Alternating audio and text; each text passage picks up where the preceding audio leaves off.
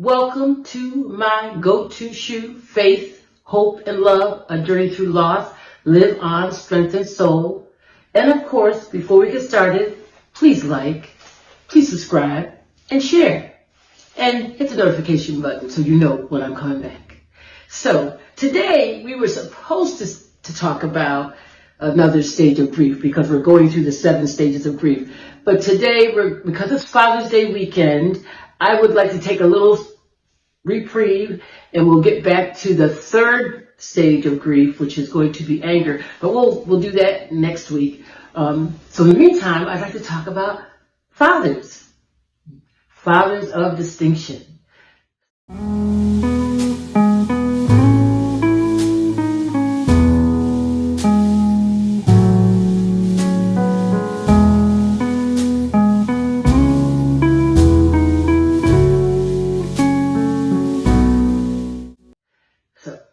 And I think we'll start out with my dad and my grandpa and my father-in-law. So we'll start out with them. So thank you for listening and thank you for staying and listening to the Father's Day celebration because we like to celebrate all fathers. Not that they're perfect, but I call them fathers of distinction because I asked some sons and daughters about their dads, and they really shared some really nice insights on their fathers. So I want to talk about them as well because it's just so personal, and it's just nice to talk about fathers on Father's Day weekend. So it is starting. This is Friday for you all, and so it is the start of the weekend. So I'd like to start out, and we'll show some pictures up here of my grandpa and my dad and my father-in-law, some pictures with some, I don't have any pictures of my dad and myself, but there's some pictures of my sister and my dad, my sister Deborah and her husband Glenn, who is also deceased. Anyway, these fathers are all deceased that we're going to be talking about today. So let's get started. The first dad I'd like to talk about is my father, Richard Theodore Jefferson. You know what I always like, now mind you, I was not raised with my dad. I was raised with my grandpa, so I want to get that right from the start. So my dad, what was so special to me about my dad was this. And my dad had several children. So when I would call him, and any time I called him, he'd say, Pauline? And I don't know why, but that right there meant the world to me. It just meant the world to me because I know he had several children. I didn't live with him, so I'm thinking, how does he know who this is? And he always said, Pauline? So, when people recognize your voice, it's a nice thing. It's a nice thing, especially when your dad recognizes your voice. And the other thing my dad would always do, because I was raised upstate New York, Binghamton, but my siblings were all raised in the city. So I would visit the city holidays and summer. I spent a lot of time in New York, and that's probably why I have such a fondness for the city. I love New York. I absolutely love New York. So my dad when we would come into New York, like when I was younger, I would take the Port Authority. Can you imagine at the time when I used to take I would take the Greyhound bus into the Port Authority. It was like $11 for a ticket, round trip. That's amazing, right? So I would take the train, the bus into the Greyhound bus into the Port Authority. I can't remember the name of the street, but it was, I think, 50, I don't know, I'm not going to say, but it went right into the Port Authority. And my dad he'd be there waiting for me. And then I'd get in the car, and he would have another sister of mine with him. He would have Joanne with him, and he'd sometimes say, he would just ride us through the city, which to me was a big deal.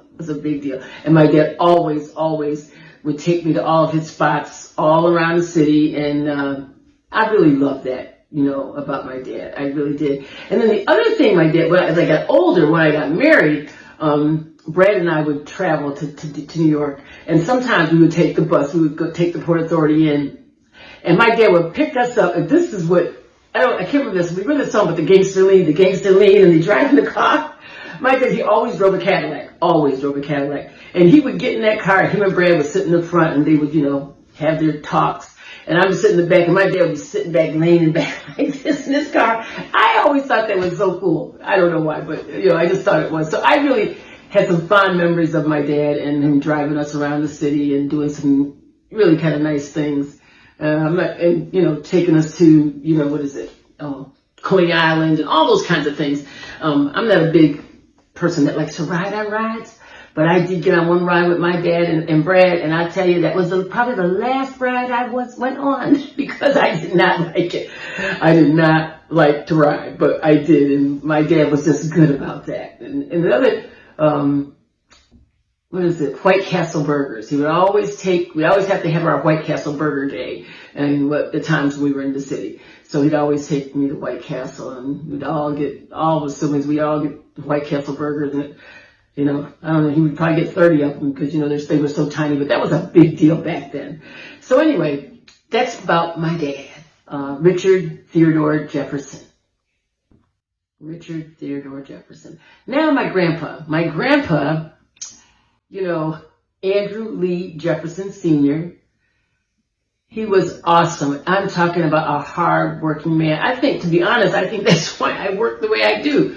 Because my grandpa always, he worked up until he was 81. He worked up until he really died, to be honest. He worked the entire time. And he would always, I'll tell you a story that I really loved. He was a serious man, he wasn't, man of much, he was very serious. And so he would come in from he was a gutter man. So he would do gutters for people, and he would come in at night and he'd say, Pauline, cut the light on. That was a big deal to me.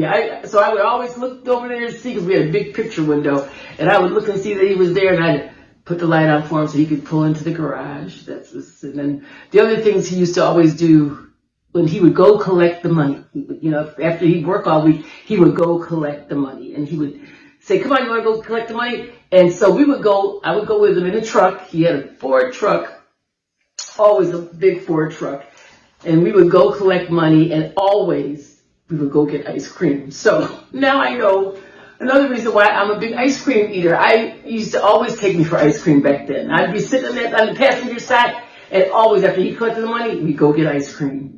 Yeah. Fond memories. And then there was one time where I guess I was kind of spoiled, to be honest with you. I was spoiled. My grandparents did a good job with that.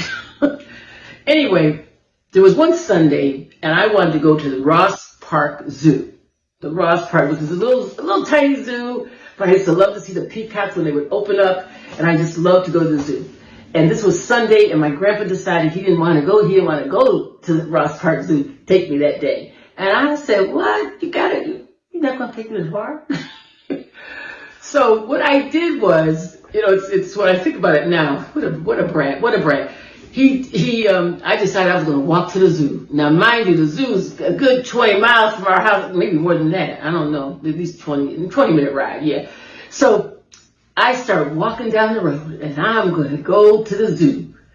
And here comes Grandpa in the truck. Stops, picks me up, and takes me to the zoo. So, yeah, that was a story. I just like that story. It was a fond memory of me and my grandpa, because he was quite a working man, and he did a good job, working hard every day. So kudos to, my dad and my grandfather. Now let's talk about my father-in-law. Oh my goodness, my father-in-law. To be honest, I felt I was the only daughter-in-law. I just did, because he would say to me, daughter, and I just felt like he was my dad. He was just always just wonderful to me. And, Dad was a great, great cook. But I'll tell you a story about Dad. So I used to make these cakes called a pistachio cake. And it was made with a box. They had boxes, you'd add, box cake with, and you'd add your oils and, oils and butter and pudding and whatever. You'd add these things to it. And Dad was a homemade cook kind of guy. He didn't like no store-bought stuff. He didn't like no box stuff. And he was eating that cake. He was eating that cake like it was nobody's business.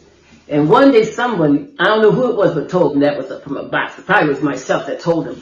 Told him it was a box cake, and he said, oh, Oh, he never ate the box cake anymore. He only ate homemade desserts. So that was a story. But my dad, my father-in-law was just, I always called him Dad.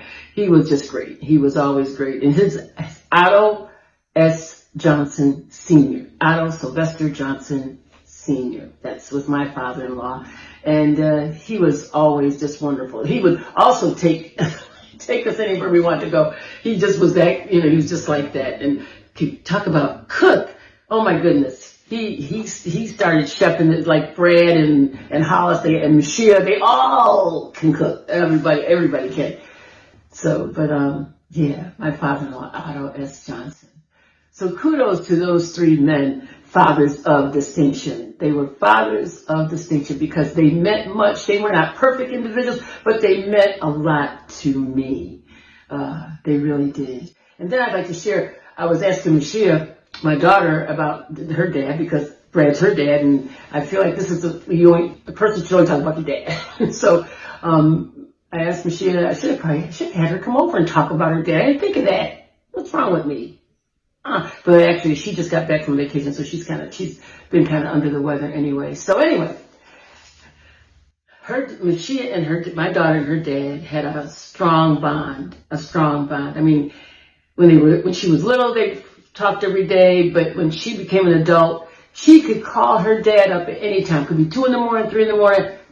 Dad would pick up the phone. Brad would pick up the phone for her, and she could ask him anything, and he would always be there to answer those questions and help her out and whatever she needed.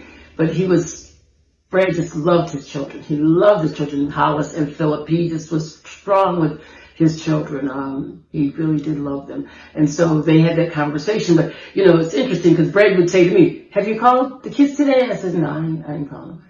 No, I have not. But he would make sure he made those connections on a daily basis, that he touched base with his daughter and his sons. So, yeah.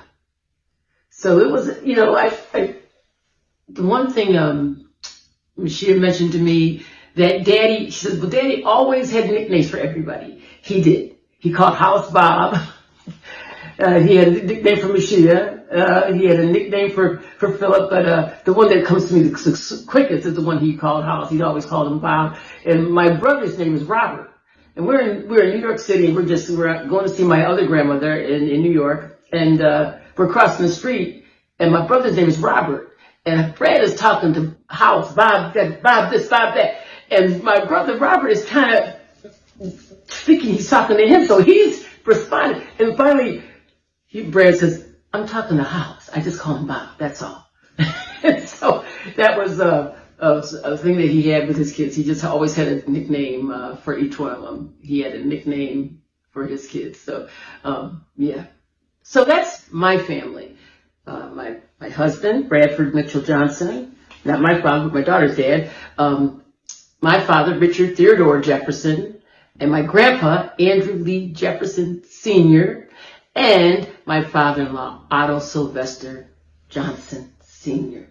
So now what I'd like to do, there were some sons and daughters I spoke to that I wanted to share either a phrase or something about their dad that they, was memorable for them with their father.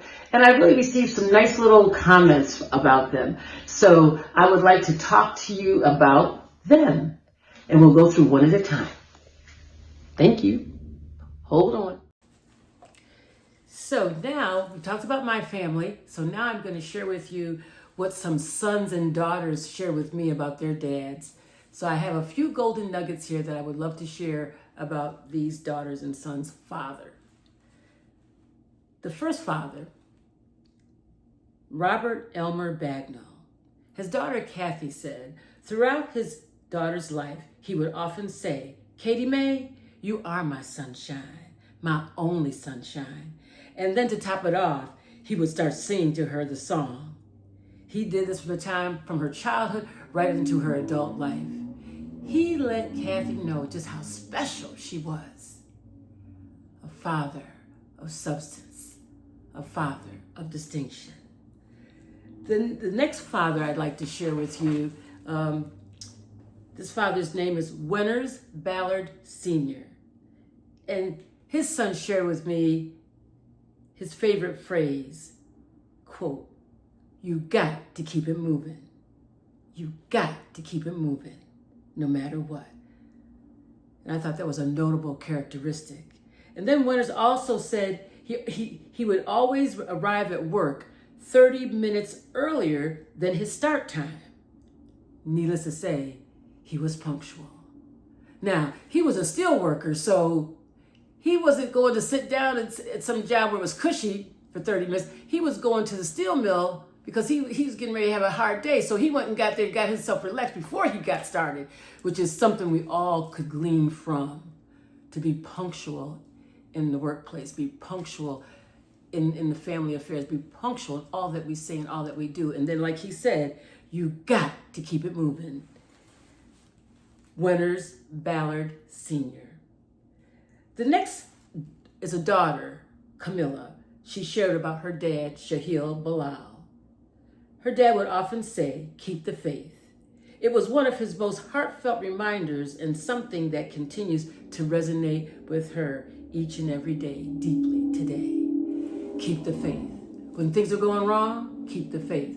When things are not the way they should be, keep the faith. When life seems upside down, keep the faith. He taught his daughter, keep the faith, because he taught it because he lived it. He knew what that meant. And that's why it resonates so deeply with his daughter, Camilla. Shahil Bilal, father of prominence, father of substance. The next father is Thomas A. Galloway Sr. His daughter Cheryl said his favorite phrase was, "Learn to live unapologetically." Learn to live unapologetically. You know, that's a statement that we can kind of really think about and have food for thought. Learn to live unapologetically. Learn to live intentional. Learn to live your truth. Because if he taught that. His daughter saw that in him. Learn to live unapologetically. That's a golden nugget. And also, I actually had the opportunity to meet Cheryl's father. And he was a wonderful man, Mr. Galloway. And he had a great sense of humor. He one time told me, I had mentioned him, I was married 30 years, and he says, I got shoes older than that. That was a good laugh. So he was really quite a gentleman. So we just, that's a man of distinction, a father of distinction. And I want to say this because it's not that all these every father that I mentioned, they were perfect. They were they were not perfect men. They were not perfect fathers, but they were perfect in their way. They were fathers of distinction because they taught their children right from wrong. They taught their children substance. They taught their children how to maneuver this life. Yes. Fathers of distinction. Thomas A. Galloway Sr. The next father is Abdallah El-Assal. His dad would often say this in French, and I'll do the best I can with this in this French, but this is what his dad would say. "Oui, est j'aime bien savoir quoi par soi-même. Oui, est j'aime bien savoir quoi par soi-même." This meant, if you want something done right, do it yourself. If you want something done right, do it yourself. Father of distinction, father of prominence, father of substance. Yes, he taught his son, if you want it done right, do it yourself. Est j'aime bien savoir quoi par soi-même. Abdallah El-Assal. The next, Lily mentioned this to me about her dad. His name was Willard Inman. Willard Inman. His favorite phrase, "You're my favorite daughter." You're my favorite daughter. Now, he had 4 daughters, and I can imagine that when they would all get together, the 4 girls, they get together, Dad says, I'm his favorite. I'm his favorite. No, I'm his favorite. No, he was saying the same thing to all 4 girls. So they all thought they were very special in their own right. And that's the beauty of this, that they all thought they were very special in their own right. A father of substance. And then Lillian also shared, because she was raised by her uncle, Clarence F. Thomas, but both of these men had a big impact on her life. So Clarence Thomas would say, he would often say, if anyone asks what you're worth, tell them you're worth your weight in gold. If anyone asks what you're worth, tell them you're worth your weight in gold. Clarence F. Thomas, father of distinction, father of substance. And last but not least, Joseph Oliver. His son Tim mentioned to me, he was a man who did not curse. He would often, when he got angry, he would say, hot daggit. And he would say the words, Tom Walker, hot daggit, Tom Walker. He would say those 2 words, and his son would never knew who Tom Walker was, but it was something that that's the word he used when he was angry. Tom Walker. I can just imagine him saying that with something, Tom Walker, just saying it in a hard tone. I can't give you the same tone, but you know what I'm saying. And then what was significant about his dad, he was a man of little words. He meant what he said and said what he meant. His word was his bond. And it was interesting. I thought he mentioned to me that his dad never bought a new truck. He always had a truck that worked and it ran well, but he didn't have to buy a new one. Didn't have to have the latest and the greatest. And the other thing that I thought was significant about his dad is that he was a man of faith, but he had 2 suits, and he wore those 2 suits alternately to church on Sundays. One Sunday, this one, and he would go back and forth. They would just alternate these 2 suits. And the reason why that is significant to me is the fact is this. We have so much stuff. We have so much stuff that we don't need. And here was a man who didn't have to have the latest and the greatest, didn't have to have all these different things that we think we need today. And maybe we need to come back to that same mindset that we don't need all that we have today and live more simply, right? Joseph Oliver. And he also said, he taught his children, learn something new every day. And I think that's real significant because sometimes we don't want to learn. And he mentioned, learn something new every day. Joseph Oliver. I think it's beautiful, these fathers and these golden nuggets that they share with their children. They're all golden nuggets because these fathers were fathers of distinction, fathers of prominence, fathers of substance, fathers of significance. They were all special. Their children knew that their father knew they were special. He treated them as such. So on this Father's Day, I just thank God for each one of you, and I hope you have a wonderful Father's Day. Now, keep in mind, these fathers have gone on to glory, but I wanted to mention them and honor them in this way on this day, even though they've all passed quite a while ago, but I just wanted us to just kind of hear their names and think about them and how special they were. So we thank God for those fathers who have gone on to glory, but they laid such a significant role in their children's lives because that's the kind of God we serve. So on that note, I hope you all have a happy Father's Day. I hope that it's just everything that you want it to be. And even if it's not, you're blessed. Even if it's not the way you want it to be, you're still blessed. So happy Father's Day, happy Father's Day weekend, and may God continue to smile upon you, bless you all in ways that you don't even have room enough to receive all the blessings that God has got for you. God bless you, God bless you, God bless you. See you soon. Bye-bye.